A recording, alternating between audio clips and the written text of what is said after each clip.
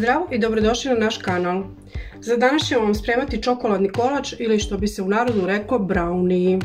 Pravi srpski naziv. Idemo dalje. Prvo ćemo da otopimo čokoladu i margarin na pari. Znači stavimo vodu da proključa i topimo. I dok se bude hladilo, onda pravimo testo.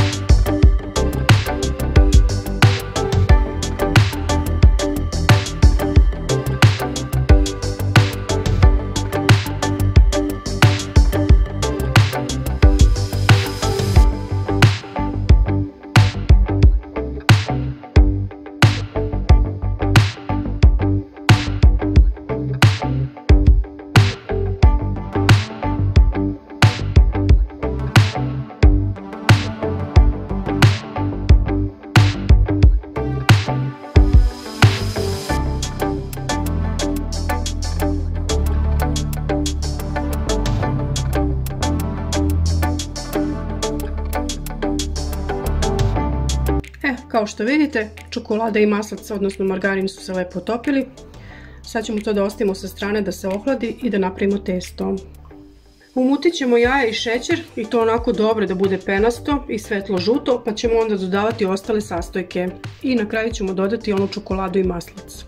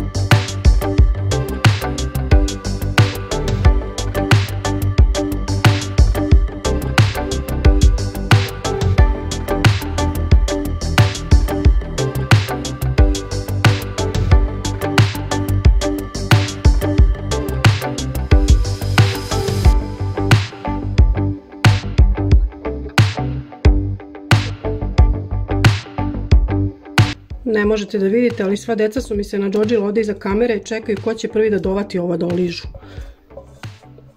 Neće im Bog za šta ostati. Ajde, ostavit ću malo baš da ne budem cicija.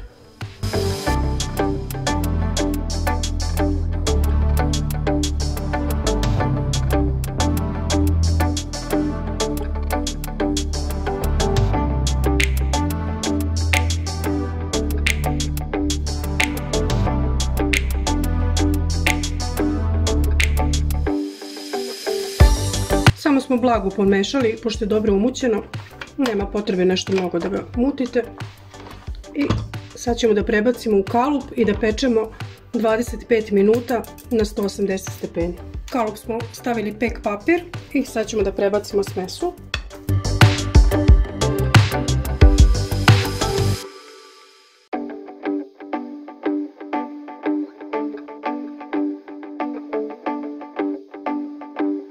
Lepo rasporedite smesu po kalupu. Ne morate peći nešto previše, ono da bude unutra tvrdo. Ovo ipak treba da bude malo mekši unutra kolač. I to je to.